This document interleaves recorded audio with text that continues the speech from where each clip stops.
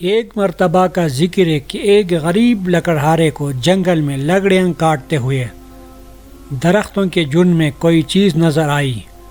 اس کے قریب جا کر دیکھا تو وہ پتھر کا ایک بت تھا۔ لکڑہارے نے اس پتھر کو ہٹایا تو وہاں ایک چھوٹا سا سوراخ نظر آیا۔ لکڑہارے نے سوراخ کے ارد گرد مٹی ہٹائے تو اسے ایک بہت بڑا خزانہ نظر آیا۔ لکڑہارا اتنے بڑے خزانے کو تنہا نہیں اٹھا سکتا تھا، چنانچہ اس کو ڈھانپ کر واپس اپنے گھر کی طرف چل دیا۔ راستے میں اس کی ملاقات ایک سوداگر سے ہوئی جو کئی سے اپنا مال فروخت کر کے آ رہا تھا۔ اس کے ہمراہ 6 اونٹ تھے۔ لکڑہارے نے سوداگر سے کہا، مجھے جنگل میں بہت بڑا خزانہ ملا ہے اور میں تمہیں صرف ایک شرط پر اس جگہ لے جاؤں گا۔ سوداگر نے بڑی بے صبری سے کہا، جلدی بتاؤ، میں تمہاری ہر شرط ماننے کو تیار ہوں۔ لکڑہارے نے کہا، جتنے اونٹ اس خزانے میں سے بھرو ان میں سے آدھے مجھے دے دو گے۔ سوداگر جٹ سے بولا، میں تمہیں آدھے اونٹ دے دوں گا، تم مجھے وہاں لے چلو۔ لکڑہارا رضامند ہو گیا اور اسے جنگل میں لے گیا۔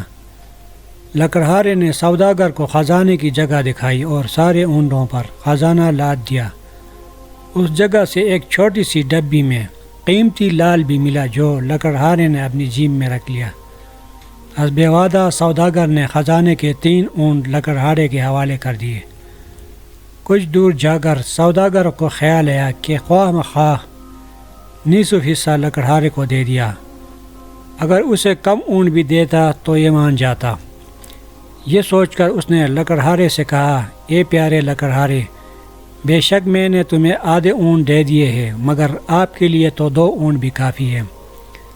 اگر آپ مجھے 1 اونٹ مزید دے دو تو آپ کی مہربانی ہوگی۔ لکڑہارے نے کہا، جناب، آپ 1 اونٹ مجھ سے لے سکتے ہیں، میرے لیے 2 بھی کافی ہے۔ سوداگر نے اونٹ ملنے پر اس کا شکریہ ادا کیا، مگر لالچ نے اسے چین نہ لینے دیا۔ تھوڑی دور جانے کے بعد سوداگر نے پھر لکڑہارے سے کہا، بابا جی، آپ تو درویش آدمی ہیں اور میں ٹھہرا دنیا کا کتا، باقی 2 اونٹ بھی مجھے دے دیں، میرے چھوٹے چھوٹے بچے ہیں، آپ کو دعائیں دیں گے۔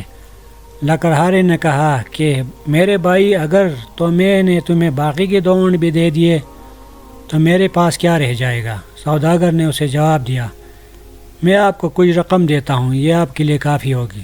لکڑہارے نے وہ 2 اونٹ بھی سوداگر کو دے دیے۔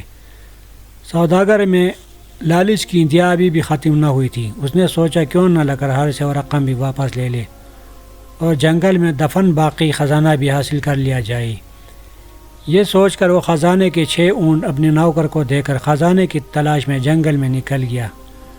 خاصی دیر تک تلاش کرنے کے بعد بھی اس کو خزانہ نہ ملا۔ تک ہار کر وہ ایک درخت کے نیچے بیٹھ گیا کہ ایک شیر ادھر آ نکلا۔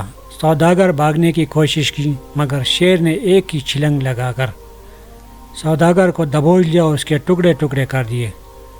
سوداگر کا لالچ اسے لے ڈوبا، جس سے اس کی جان چلی گئی اور اس کا مال و اسباب بھی دنیا میں ہی رہ گیا۔